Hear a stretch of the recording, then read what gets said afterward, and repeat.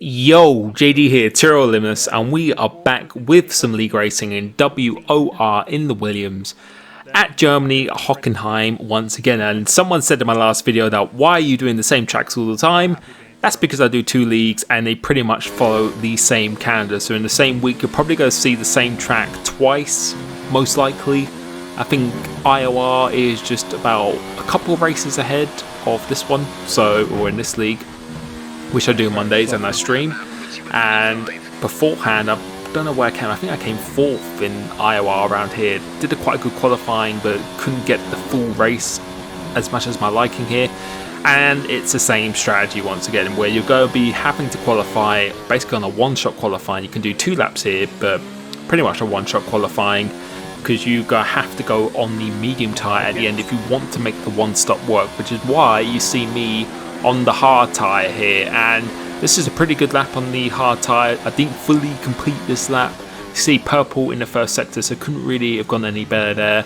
And yeah, little mistake going off that hairpin, but coming into this off the back of a race before this I had was Silverstone, where a pretty gutting race around there. It was I was really looking forward to that one, and just my own misjudgment going through turn 1.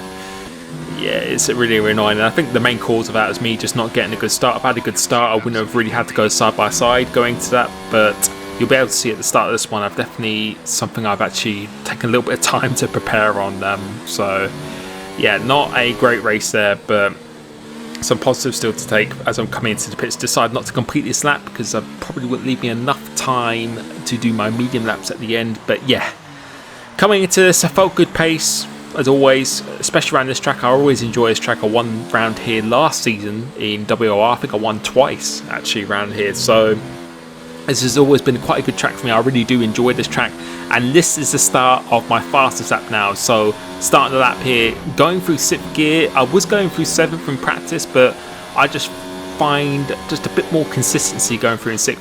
Going to this one, very difficult corner. I always go quite slow in but fast out. I know a lot of people go a lot deeper than me, but going through here we're about 0.09 down on Cyrus first sector. So the first sector, pretty good, not a bad first sector, almost a purple first sector. Going to here now, yellow flag, braking pretty late, hitting that apex quite nicely. See if I get a good exit, run the curb a little bit, which is not optimal, but still I'd say about a 7 out of 10 exit coming off here now.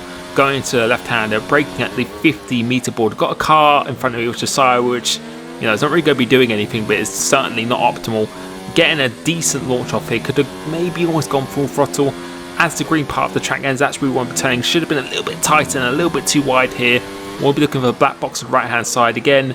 Just a slight bit tighter, just carrying a little bit more speed, but coming into his last 2 corners, nowhere near aggressive enough. Just was not attacking the corner. Really need to attack that corner, and I think I lost a good 10th or more going through there. Going across the line, it's 11.5.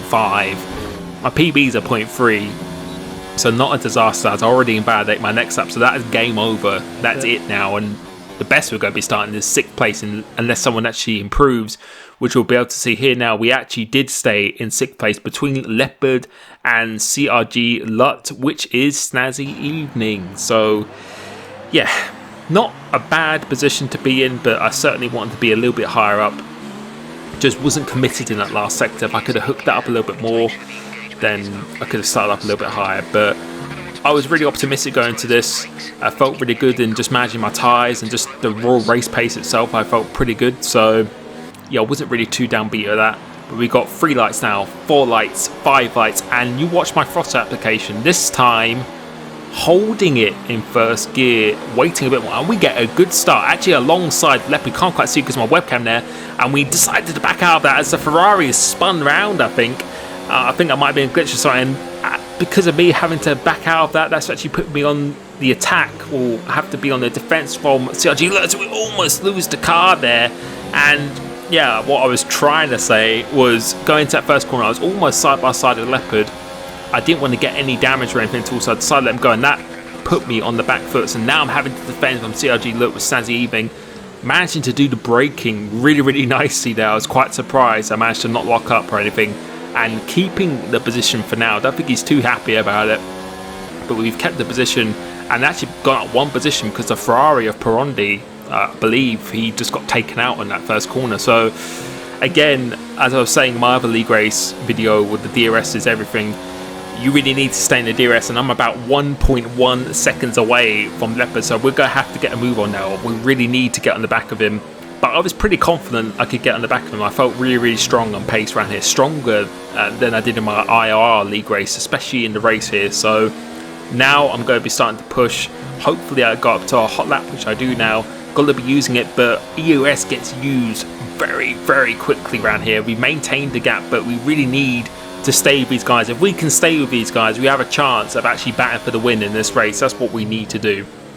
Getting a good exit up here, you can see I stay quite tight, so a slingshot-esque kind of corner.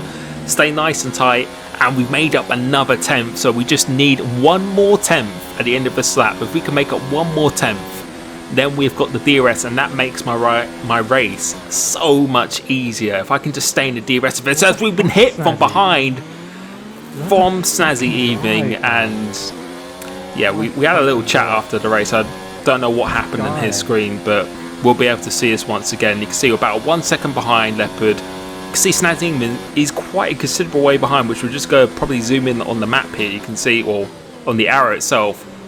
What the fuck, Snazzy? And I think he just outbraked himself, and as a result of him outbraking himself, that means we have lost, I don't know how much time to the guys ahead. I think we've lost well over half a second now to the guys ahead. We've gone in deep as well, which is not what we want. And going through this corner, we'll be able to see the second sector split. We'll start the third sector. The gap is now 1.6 seconds, and around this track, to make up 6/10ths, when they've got a slipstream in front, and the guy at the head of the train is V-Sire, who's going to be dragging them along pretty nicely. It's going to be super, super hard. But on the next lap, I was pushing very, very hard because I was so desperate to get back in this DRS. The gap is pretty much almost the same, and I'm not really going to be able to defend from this that much from Snazzy Evening, so I decided to let him go to see if he's got some pace. So if he's got any pace, then hopefully we can work together to get up to that front train, because that's really what you do in this game. It's kind of like kart racing. You push each other along. One of you then takes over whilst the other one saves ERS and fuel. Then he takes over, and then you drag him along.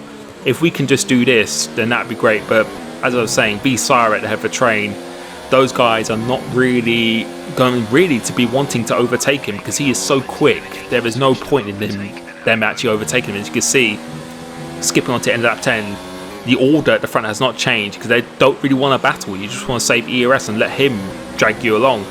So we've actually lost a little bit of time, because me and Snazzy haven't actually really switched positions. He goes into the pits, and I think the rest actually continue on as well. So we've gone back into 5th place, and you can see the gap now is about, I think it's about 3.5 seconds behind SHZ Leopard, not LCR Leopard anymore.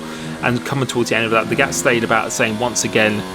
We actually went on for an additional 2 laps on the leaders, because I thought, they're going to get an undercut regardless. I just want fresher tyres in the race, because tyre wear is a little bit sketchy at the end of the race here. So I've decided to go for some fresher tyres, really, really push it on my in laps, and if I could get onto the back of someone's DRS, we could still have a chance of getting in that front group. If we could just be in that front group, we would have a chance of doing well. But it is so crucial in this game. You can't afford to break away from that group. And yeah, Snazzy, I don't know, he apologised to me after the race, which is absolutely full respect and fair enough, and he goes through on the undercut because we went out 2 laps longer than him. But yeah, as a result of that slight tag from him, we've just lost that momentum, and we've just lost being that that opportunity of being in that train, and that's everything. He's 1.7 seconds ahead of me now, and I've got VSR Top Tom, who's literally just stayed on the back of me for the entire time, like a caravan pretty much. So lap 15, a couple of laps or a few laps later, we've actually caught up to him as well. So yeah, pace is feeling really, really good. I think we pretty much almost got the fast lap of the race. I think Visara is just about to beat that now, which he does, a 14.33, and we're doing a 14.5, 14.7 this lap. And now we're really having, well, I don't think Snazzy Evening, I think he said himself, he doesn't really have the pace to actually catch up, but the group are coming across some traffic out in front, so it's not all game over. And we do have about 2 lap fresher tyres and the leaders up ahead of me, well, definitely a lap fresher tyres and the guys ahead of me. So if I could use him to get close and they get held in traffic, then it's still game on. And of course, penalties is quite a big issue in here. So we almost run into the back of CRG Lutz or Lut. Don't know if I'm saying that right, but yeah, we really need to get past him and then just get through his traffic as efficiently as possible. But as the laps wear on now, let's see what kind of lap time we're doing. We're doing a 14.8, which, you know, is about a tenth, 2 tenths off. Or really what we should be doing is we get another track warning, so one more, and that will be a penalty. But I decided I really need to start getting a move on now. You can see he goes in a little bit deep, but I get a better slingshot coming off here. And we're going to use the DRS max fuel, max ERS. I've had the benefit of really saving that. That's what you have in this game. You have the benefit of doing that. He goes a little bit half defensive, but I think he knows there's no real point in him fighting it too much. We actually go just in a little bit deep, actually overshot it a little bit. Didn't really mean to do that. And that is me back into really a net P5 position at this point in the race, as we're coming across some traffic now. So moving on towards the end of lap 19. These guys are still on the hard tyres, so they haven't pitted yet, and they need to be going on the mediums. And you can see the gap that Syra's got. He's managed to break away, and that is just perfect for him. He's, yeah, for a controller, me being a controller for many years as well, when you get to that kind of level, it definitely feels really, really good. So fair play to him. It's definitely not easy to be doing that. But now I need to be getting past these guys, because Pinecone and Leopard, the orange dot off the McLaren, as we get a 3-second time penalty. That is not what I wanted. They are not that far up the road. You can see they are not far up the road at all, but I really need to be getting the move on. I need to be getting past overkills here. I thought to myself, I just need to get past him here. If I can get past him and then get past the guy in front who's in the Alfa Romeo, if I can then use him on the next straight, this is because to go down the inside. That wasn't really a lunge of sort. You can see we perfectly made the corner. That was really just trying to scare him off the apex and to see if I get better traction, which I do. And let's see what we're going to do here now. Wasn't really thinking of going for it, but he decides to defend. I probably wouldn't have gone for the inside anyway. There's no real point. So just trying to get a little bit more patience, which is something I didn't have from Silverstone. A little bit more patience. But while this is all happening, you can see I'm 4 tenths down. We're losing a lot of time to the guys ahead now, and this is, you know, we really needed to get past them there. If we got past them there, we could have been a lot closer to the back of that McLaren of Leopard and then the Mercedes of Pinecone, as he actually decides to pit, and that gives me the DRS on CRG more so, who stayed out on the hard tyres. I've still got Tom behind me. I just couldn't get him out of the DRS zone. No matter how much hard I tried, I just couldn't get him out of the DRS zone. Going back down to the lead and no ERS just to get the maximum traction again. Staying quite far right and then getting a really nice exit off this, which I did every single time. And we've got the DRS now. This should be a relatively comfortable move. I'm not expecting more so to really fight this too much, because effectively he is a pit stop behind. We're going down the inside, and this time just spotting the braking point a little bit better, not overshooting it. And we have got Joe Pedro in front of me actually, so we're in net P5 now, and it's game on. I've got fresher tyres than these guys ahead, and let's see if I can catch up on lap 22. Joe Pedro, I can confirm he actually unfortunately disconnected, so that promoted me to P4, and the gap is about 4.6 seconds, so I think it was the same as it was previously as well. So the gap hasn't really changed too much, because I have been switching some positions with the DRS and everything, and skipping towards the end of lap 27. We'll be able to see again. Let's see what the gap is now. I was just trying to push so hard to catch up, and I think as a result of it, I've kind of overcooked my tyres, and you can see the gap is still 4.6 seconds, so the gap has really maintained despite them actually switching positions, and we've actually pulled away from Snazzy Even, who made a mistake as well. So, you know, it's a great shame, but I just couldn't get closer, and I think at this point my tyres, even though I have fresher tyres, I've just kind of driven them into the ground here, and VSR Top Tom has stayed with me, and I can confirm he has got quite a big penalty. I think he's got about 9 seconds worth of penalty, so I wasn't really too concerned about him, although I've got a 3-second penalty myself, and I knew it was going to be very, very difficult to catch the guys up in front. So you can see here, not really fighting it, because we're actually going to mine this fuel. I was just trying so hard to get up to those guys. I was really hoping that they would be battling Leopard and Pinecone, but in the end they were kind of really just trading positions, kind of similar to what happened at Monza in that race with Surprise and Syra. You know, there's nothing really, you're really having to be about half a second faster than those guys on raw pace to be getting anywhere near them, which, you know, in this league, in any top tier league, it's going to be very, very difficult. So we cross the line, we come home in P4 from P6, so not a horrendous position to finish in P4. It's not a disaster, but it's just such a shame that I just couldn't be in that group to fight. And the raw consistency you'll be able to see. I think I'm going to show my race director how consistent I was, but you know, it doesn't really mean anything. You need to be there in the position to actually do it. And I just want to say as well, thank you for everyone who has supported me.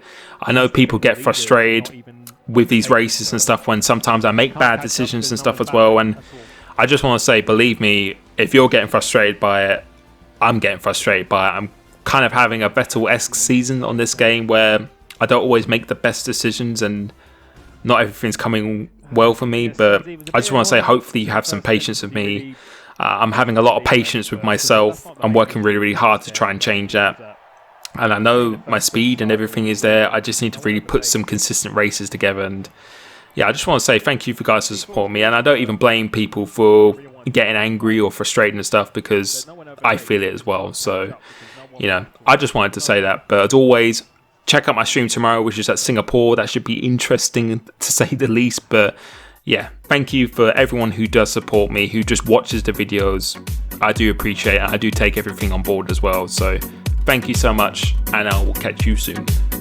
Peace.